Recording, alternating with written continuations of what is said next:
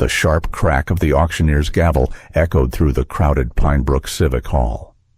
7-year-old Lily Dawson clutched her pink ceramic piggy bank to her chest, the soft clinking of coins inside barely audible over her pounding heart and blurry tears.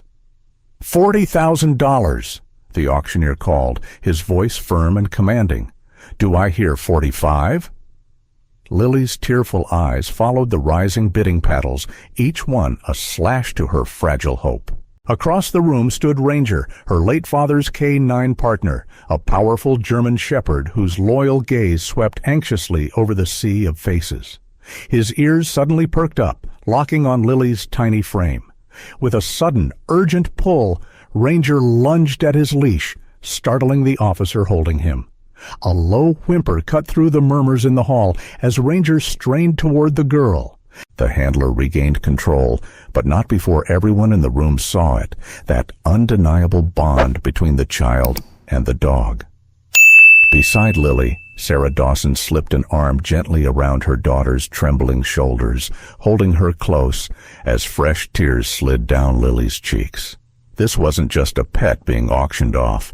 This was Lily's last living link to her father, Officer Mark Dawson, killed in the line of duty 5 years ago. Since the day their world fell apart, Lily hadn't spoken a word to anyone, except Ranger.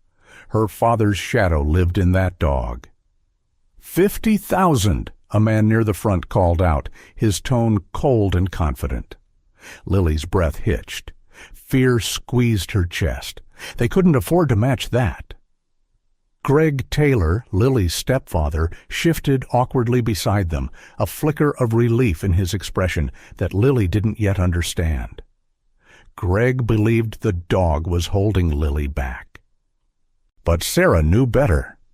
Lily's small hands trembled around the fragile piggy bank she had filled over the years, every birthday dollar, every spare coin, all in hopes of someday bringing Ranger home.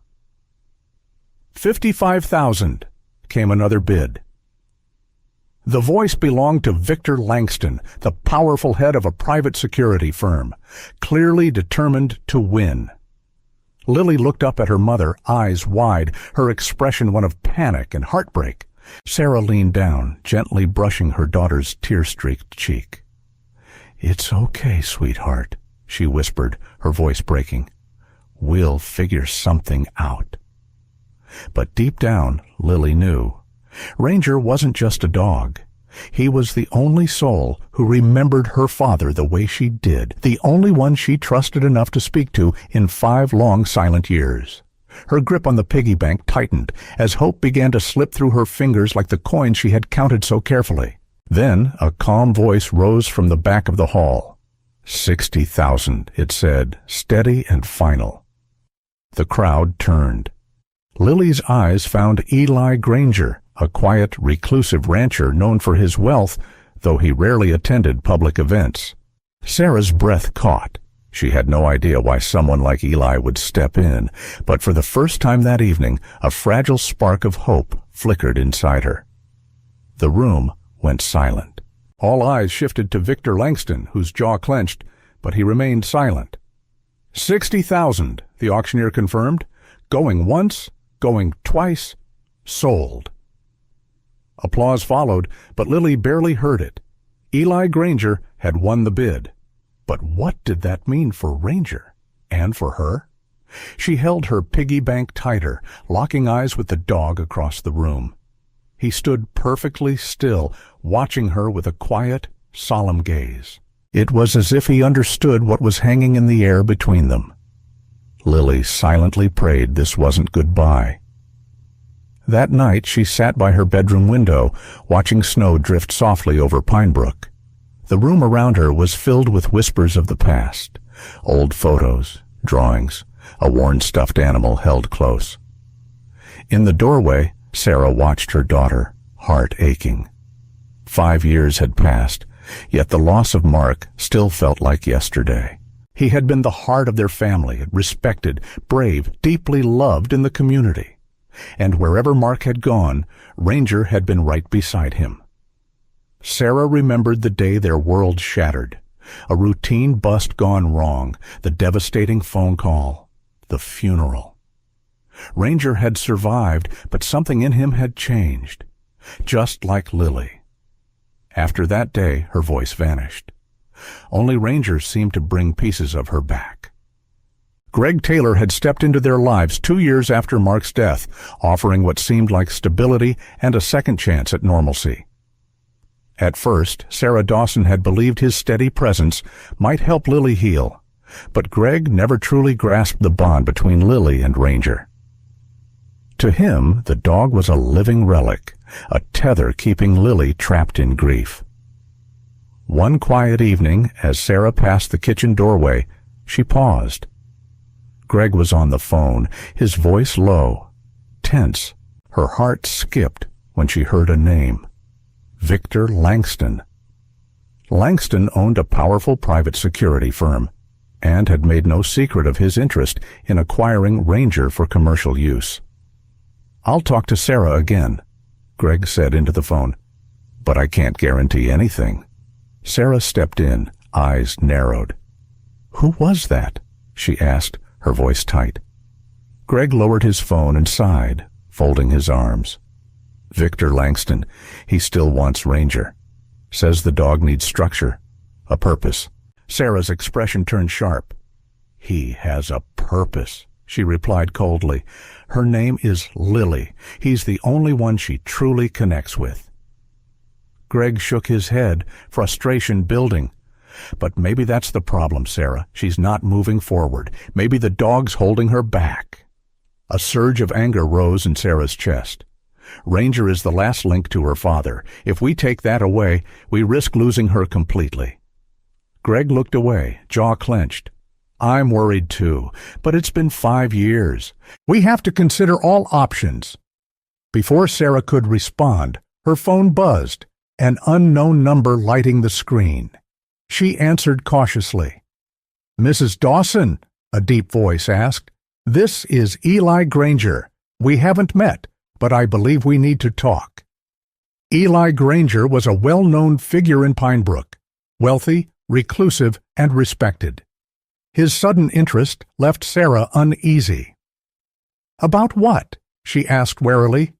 "About Ranger," he replied, "and about Victor Langston." Curiosity edged out caution, and Sarah agreed to meet him at the Rusty Spoon Cafe that afternoon. Snowflakes clung to her coat as she stepped into the diner, eyes scanning for Eli. He stood to greet her from a back booth, offering a polite handshake. "Thanks for coming," he said gently. Once seated, he got right to the point. "I imagine you're wondering why someone like me would get involved in your family's business." Sarah tensed. "Yes, actually. Why are you involved?" Eli's expression turned grave. "Because Langston's interest in Ranger goes beyond business." Her breath caught. "What do you mean?" He leaned forward. "Your husband, Mark, was investigating Novacor Biotech before he died, wasn't he?" Sarah froze. Mark had mentioned a sensitive case shortly before his death, but he'd kept the details from her. "My daughter, Hannah, worked at Novacor," Eli continued, his voice heavy. "She discovered they were conducting illegal chemical trials. She reported it. 3 weeks later, she died in a so-called accident." Sarah's skin chilled. "Mark was digging into her case," Eli said. "I have reason to believe that's what got him killed." He paused. "Ranger was part of that investigation, trained to detect those exact substances. Langston doesn't want the dog for work. He wants to silence what he knows." Sarah's mind spun. It wasn't just about Lily anymore. This was bigger and far more dangerous. "I had no idea," she whispered. "Most people don't," Eli said, "but Ranger, he's the key to something much larger than any of us." Back home, Sarah walked through the front door with a storm inside her heart. There, curled on the couch, was Lily, arms wrapped around a framed photo of Mark and Ranger. Sarah sat beside her, smoothing her daughter's hair. "I promise, Lily," she whispered, "we're going to bring Ranger home." Lily looked up. She didn't speak. She didn't need to. Her eyes said everything: trust, hope, and the deep pain she had carried for far too long. And in that moment, Sarah knew they weren't just fighting for a dog. They were fighting for Lily's voice, for their family's healing, for the truth that Mark had died trying to reveal. Later that night, as snow drifted quietly outside, Sarah sat frozen at her laptop. The email on screen blurred through her tears, but the meaning was clear. It was a message from Langston's assistant. It thanked Greg for his continued efforts to turn community members against her, urging them to pull support from her campaign to adopt Ranger. Sarah's hands trembled as betrayal took root. Greg, her husband, was sabotaging them from the inside. She glanced toward Lily's room, heart breaking all over again. Her daughter had already lost a father. Now someone she trusted might take away the only piece of him she had left. The betrayal cut deeper than Sarah Dawson had imagined. Clutching the printed email in shaking hands, she walked into the kitchen where Greg Taylor stood by the counter, sipping his morning coffee, unaware of the storm about to hit him. Without a word, Sarah slammed the paper down in front of him. Greg jumped, startled. "What is this?" Her voice was low, ice-laced with fury. Greg glanced down, reading. He sighed heavily and rubbed his temples, already anticipating the confrontation. "It's not what you think," he said, though guilt flickered in his eyes.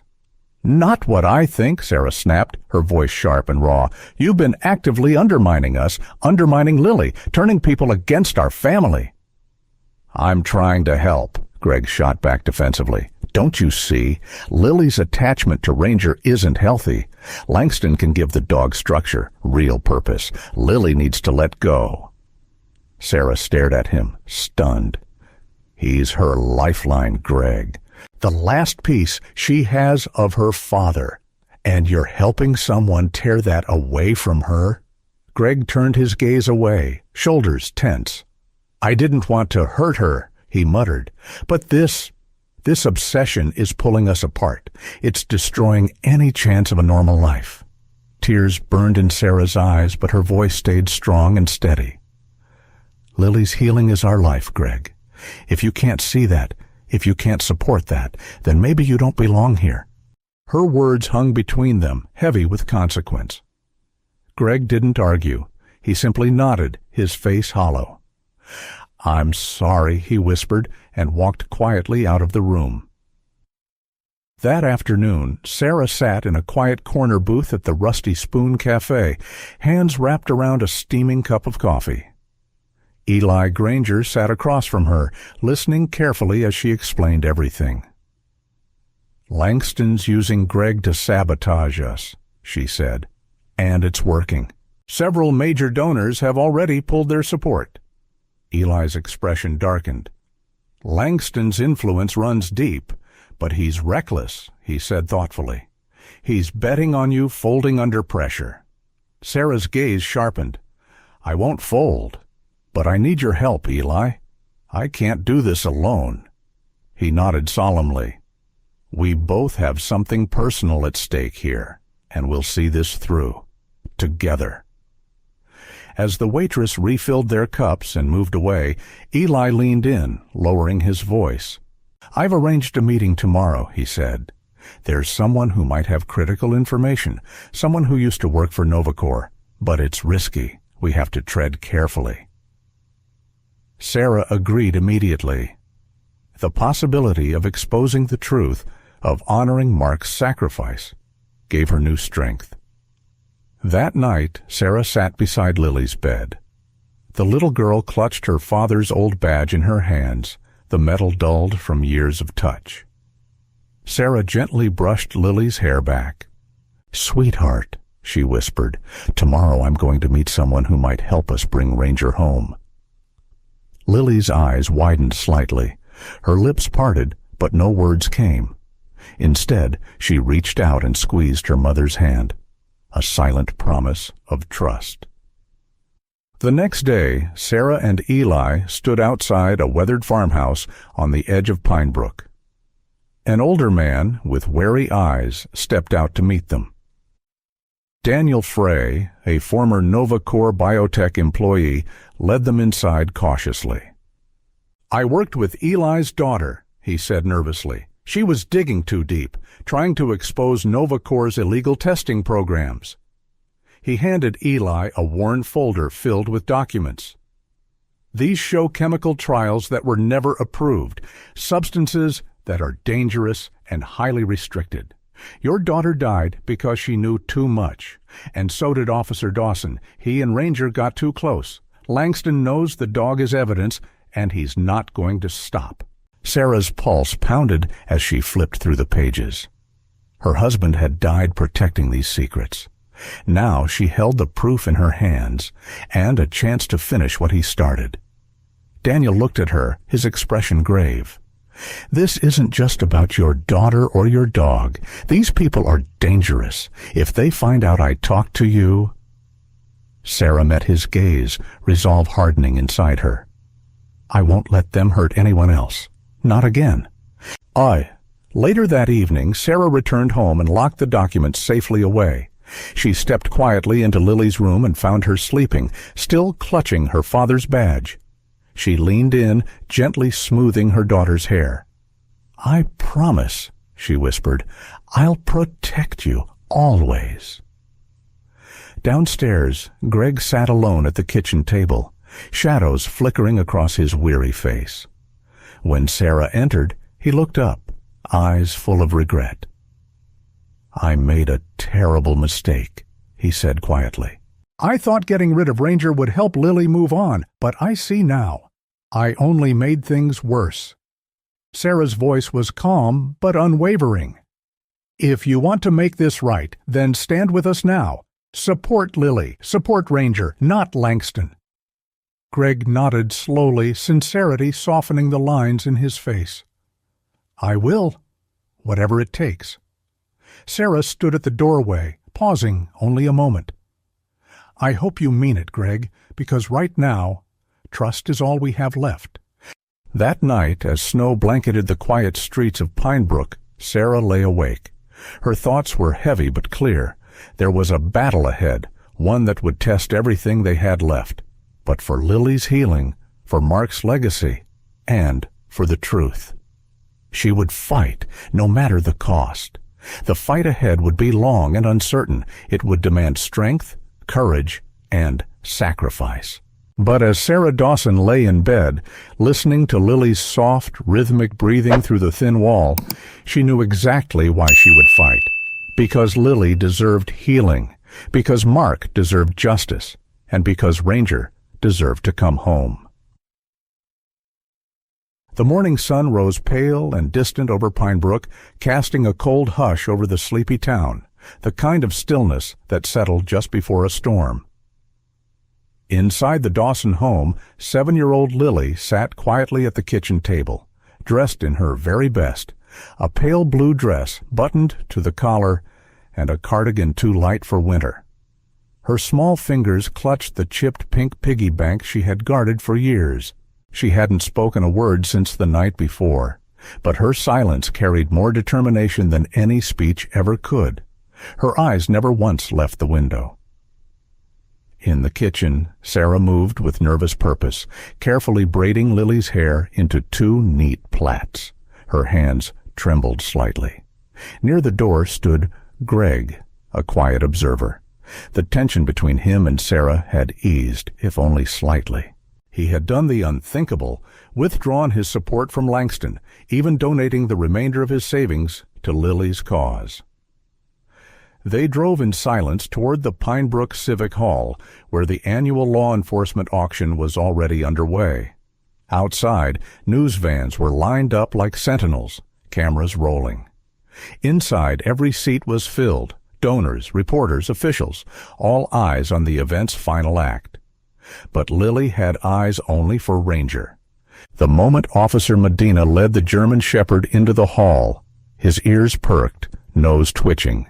His eyes scanned the crowd, then stopped. Frozen, he had found her. His body tensed, then slowly relaxed, his tail giving a hopeful wag. A soft, longing whine rose from his throat. People noticed. Cameras clicked. Someone whispered, "That's her, the Dawson girl." Sarah squeezed Lily's hand gently. "Stay close, sweetheart," she whispered. The auction opened with the usual flair: vacation packages, gift baskets, department memorabilia. But everyone knew what they had come for. A tall auctioneer in a too-tight suit approached the podium. "Next up," he boomed, "K9 Ranger, 7 years old, certified in narcotics detection, search and rescue, and criminal apprehension. Starting bid, $2,500. Sarah raised her paddle. "3,000, the auctioneer called out. Across the room, Victor Langston, sharp in a tailored navy suit, raised his paddle without glancing in Lily's direction. "3,000 from bidder 42. "3,500, came a calm voice. Eli Granger. The bidding moved fast. 4,000. 5. 6. Greg gently placed a hand on Sarah's shoulder. She nodded and raised her paddle again. That was their final bid. Lily, sitting silently beside them, opened her piggy bank. Gently, she laid the coins and crumpled dollar bills onto her lap one by one. Her hands trembled. 7,000, Langston called, cool and unbothered. Eli didn't flinch. 10,000. A hush swept the room. Langston leaned toward the auctioneer. 12,500. Eli raised again. 15. Sarah's chest tightened. This was already beyond what they had. Langston barked, 20. A pause. Then Eli stood. 35,000. Gasps rippled through the audience. The auctioneer blinked. 35,000 from bidder 28. Do I hear 40? Langston hesitated. One of his associates leaned in, whispering. Then, 45. Suddenly Lily's voice pierced the stillness. Wait. Every head turned. Lily stood, holding her pink piggy bank in both hands. Her voice was shaky but unmistakably clear. I want to add my money. The auctioneer looked unsure. Miss, this is an adult auction. She's a bidder, Eli said calmly. And that's her savings. Lily stepped into the aisle, her little shoes tapping softly on the wooden floor. Ranger stood alert now, tracking her every move. Officer Medina held the leash firmly, but the dog didn't move. He waited. Lily held up a $1 bill. This is everything I have, she said, tears in her voice. Please, he's not just a dog. He was my dad's partner. He's all I have left. The hall fell silent. Even Langston looked rattled. The auctioneer cleared his throat. Current high bid, 45,000. Do I hear more? Eli raised his paddle. 60,000. Langston shot to his feet. 70. But before the auctioneer could call the next number, Ranger broke his command. With a sudden pull, he tore away from the handler's grip. Officer Medina held firm at first, then hesitated. The leash slipped. Coins spilled as Lily dropped the piggy bank, the ceramic crashing to the floor. Like scattered stars, her savings danced across the wood. Ranger trotted straight to her and sat, pressing his body against her legs protectively. Lily dropped to her knees, wrapping her arms around his neck. No more bids, Eli said quietly. His voice was calm, but final. 75,000, he added. Langston stared at him, jaw clenched, but didn't counter. Sold, the auctioneer announced, to bidder 28 for $75,000. Applause erupted, some from relief, others from joy. Sarah ran to Lily, tears streaming, and pulled both her daughter and Ranger into her arms. Greg followed, silent but present, no longer divided. But just as Officer Medina reached for the leash again, Sheriff Keller stepped forward, voice loud and firm. Not so fast. The room fell quiet once more. Per department policy, a working K9 must be formally decommissioned before placement in civilian care, the sheriff stated. And Lily, can't be his handler. She's a minor. Liability is a real concern. Sarah's heart sank. The fight was far from over. She's a minor, Sheriff Keller said flatly. Liability is a serious concern. Policy doesn't cover whatever that was back there. Eli Granger stepped beside Sarah Dawson, his tone calm but firm. Sheriff, you've got the check. The dog's been paid for. Let's take this to the town council. Keller frowned, jaw tight. I sympathize with your position, but rules exist for a reason. Lily looked up at him from where she still knelt beside Ranger, her arms wrapped tightly around the dog's neck. My dad said Ranger protects people, she said, her voice steady. That's what he does. That's who he is. Eli gently rested a hand on her small shoulder. In the meantime, he said, looking directly at the sheriff, the payment stands. Max goes home with them tonight. Keller's eyes moved between them all, hard but thoughtful. Only temporarily, he relented. The final placement decision will be made after council review. Sarah felt her knees threaten to buckle with relief, but she stayed upright, steady for Lily's sake. Ranger was coming home, but tomorrow the real battle would begin. The following morning, the Pine Brook Town Hall felt more like a courtroom than a council chamber. Rows of metal folding chairs were filled with townspeople, off-duty officers, reporters, and local officials. A long table stretched across the front, where the town council, Sheriff Keller, and district legal advisors were seated. At the very center of the room, Lily Dawson sat holding tightly to Ranger's leash, like it was the only thing anchoring her to the world. To her right, Sarah sat tall and composed, though her every breath was layered with tension. On Lily's other side, Greg Taylor adjusted his tie with a new resolve in his eyes, a man trying to atone. Across the room, Victor Langston sat surrounded by his legal team, their suits sharp, their faces unreadable. And at the back of the chamber, arms crossed, eyes focused, stood Eli Granger, silent but unwavering. Councilwoman Elaine Brooks opened the meeting with a calm, deliberate tone. This hearing concerns the placement of K9 Ranger, a retired service dog. The Dawson family has petitioned for private civilian custody due to exceptional emotional and psychological circumstances. We are here to determine whether an exception to departmental policy can be granted. Sheriff Keller cleared his throat. With all due respect, he began, this is about public safety. Ranger is a highly trained narcotics and search and rescue dog. These dogs aren't household pets. They require certified handlers. Lily Dawson is a minor. Before Sarah could speak, Greg stood. I was the one who doubted all of this from the beginning, he said, his voice rougher than usual. I thought Lily's bond with Ranger was holding her back, that it was unhealthy. I was wrong. He glanced at the girl seated beside him, her back straight, eyes focused ahead.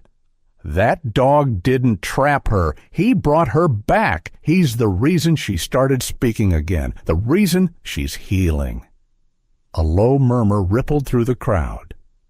Councilwoman Brooks raised a hand. Thank you, Mr. Taylor. She turned to a man seated at the front row. Dr. Leary, would you speak to Lily's current psychological condition? Dr. Simon Leary stood, his expression warm but professional. Lily displays symptoms of selective mutism, triggered by traumatic grief following the loss of her father, he explained. Traditional therapies yielded minimal progress until regular interaction with Ranger resumed. Since then, we've seen dramatic improvements in her verbal expression, emotional regulation, and social connection. He looked directly at the council members. Removing Ranger now could cause a significant regression. It would be, in my opinion, profoundly damaging. A man from Langston's team rose to respond. While we sympathize, legal frameworks exist for a reason. Eli stepped forward, his voice slicing clean through the argument. Then, let's change the framework. The room stilled. I've established a trust, Eli said. It covers professional training, liability insurance, veterinary care, therapy support, everything needed for Ranger's continued service. Certified K-9 professionals will monitor his transition under Lily's care. This isn't charity, he added. It's responsibility, and frankly, that little girl is more prepared to carry it than most grown men. Langston's attorney stood abruptly. Mr. Granger has a personal stake in this. He's not impartial. Eli cut in, calm but forceful. My daughter, Hannah, worked at Novacor Biotech, the same company your client now contracts with. She died 5 years ago while uncovering illegal chemical testing. He looked directly at Langston. Officer Mark Dawson was investigating that case. Ranger was his partner, trained to detect those very chemicals. He paused. Langston isn't here for the dog. He's here to bury what the dog remembers. The crowd went silent. Councilwoman Brooks leaned forward, voice sharper now. Do you have documentation to support that? Eli's lawyer stepped forward, placing a thick folder on the council's table. Internal memos, training logs, whistleblower reports, Ranger's alert records, all from the months leading up to Officer Dawson's death. The council began flipping through the papers. Even Sheriff Keller furrowed his brow as he skimmed the pages. I remember this case, he muttered. Mark was onto something big. Councilwoman Brooks turned her gaze on Langston. Your continued pursuit of Ranger, despite repeated denials and the psychological impact on this child, is deeply concerning. Then she turned to Lily. Would you like to speak, Miss Dawson? The room held its breath. Lily looked up. Her voice trembled, but it came out clear and full of heart. Ranger was my dad's partner. Now he's mine. He keeps me safe. He helps me remember. He helps me talk again. A moment of stillness. Then the room burst into hushed emotion. I don't want another dog, Lily Dawson said softly, her voice trembling but resolute. I want him. For a moment, the room was silent, completely still. Then Councilwoman Elaine Brooks gave a slow nod. We've heard enough. The council members stood and stepped away for deliberation. 10 minutes passed, then 20. Lily sat in absolute stillness, Ranger's head resting on her knee like a warm weight of reassurance. She didn't move, didn't speak. Beside her, Sarah kept her arm around her daughter's shoulders, her fingers gently trembling as they held tight. She didn't speak either, afraid even a breath might shatter the fragile hope clinging in the air. At last, the council returned. Councilwoman Brooks cleared her throat, her voice steady, though softer than before. In light of the extraordinary circumstances, she began, and the comprehensive safeguards presented for Ranger's continued care and supervision, the council has reached a unanimous decision. She paused, then smiled gently. Ranger will remain with the Dawson family, permanently. The room erupted. Applause echoed through the hall. Some stood, others wiped at their eyes. Sarah pulled Lily into her arms, tears flowing freely now. Greg leaned down, pressing a kiss to Lily's head, his eyes glassy with emotion. And Ranger, sensing the shift in energy, let out a low, satisfied woof, his tail thumping softly against the floor. But Councilwoman Brooks wasn't done. Furthermore, she said, lifting her voice slightly, Ranger's status will be changed from retired service dog to certified therapy dog. From this day forward, he will continue his work, this time helping children like Lily. Gasps and more applause followed. Victor Langston and his attorneys quietly packed their briefcases. No words, no glances. They slipped out through a side door, unnoticed by most, and unmissed by all. Outside, neighbors had gathered along the walkway. They clapped as Lily stepped outside, Ranger faithfully by her side. Reporters leaned forward to catch a glimpse of the little girl who had taken on the system, and won. That night, back at home, Lily curled up on the porch swing, her legs tucked beneath her as she leaned into Ranger's thick fur. The dog lay calmly beside her, ears flicking at the sound of frogs chirping down by the creek. The air smelled of wildflowers and fresh-cut grass, the scent of summer's early promise. Inside, Sarah poured 2 mugs of hot cocoa and brought them out to the porch. Greg followed behind her, a small wrapped box in his hands. "What's this?" Lily asked, her voice steadier than it had been in years. Greg smiled and sat down beside her. "It belonged to your dad," he said, gently offering her the box. "Figured. Ranger helped you find your way back.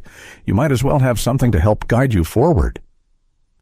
Lily peeled away the wrapping to reveal a weathered brass compass, its face scratched from years of use, but still beautiful. She turned it over in her palm, running her fingers across its edges.